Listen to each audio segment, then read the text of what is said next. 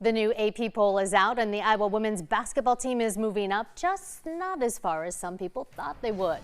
The Hawkeye women moved up one spot from number 3 to 2. However, some were predicting that number to climb to number 1.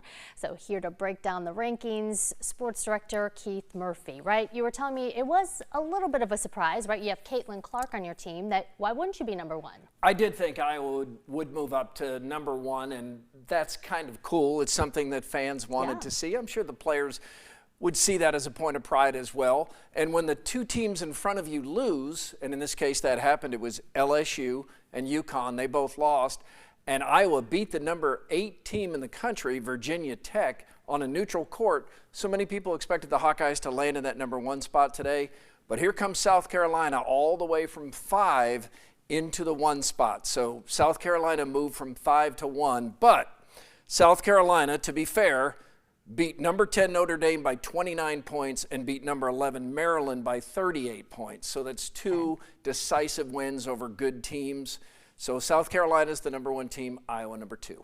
Talk a little bit about what goes into this, right? To these rankings, obviously you're looking at schedules, but these are people then are voting for this AP poll. Is that how it works? It is how it works. Like a guy like me, I've had an AP poll vote before. Nice. Not something I want again because it's kind of hard to keep up with 50 states worth of 300 plus basketball teams. I never felt like I completely understood who should be ranked where. So I did it one year and that was enough for me. There are people who keep up with it better than I do. And one of the important things to remember here is it doesn't really matter. You're going to try to win your conference championship, then you try to win your conference tournament, and then the NCAA tournament, as we know from following the Hawkeyes last year, that's what really matters. Sure. I mean, Iowa went all the way to the championship game last year. And by the way, beat that South Carolina team that was the defending champ, ended that South Carolina team's 42-game winning streak in the Final Four. And then Iowa went to the championship game. So that's what people care about the most. But there is something kind of cool about saying, hey, we're number 1. Right, absolutely. We're really number 1. That's what they're playing for. I know you said that at the end of the day, I mean, they're going to go into their games, whatever their rankings are, but this is a spot. Iowa hasn't been number 1 ranked in quite some time. Only once in the history of the program, that was 1988 under C. Vivian Stringer. So it had been a long time, and it could still happen again, but I think many people thought it would happen today, and it did not. Number 2 is not bad.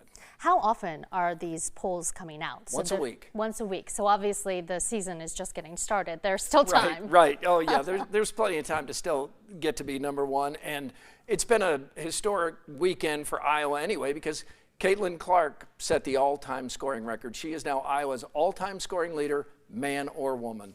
Nearly 3,000 points. All right, pretty impressive, that Caitlin Clark. We've heard a lot about her and expect to hear more. All right, thanks, Keith, and we will be right back with Jerry Ann's forecast next.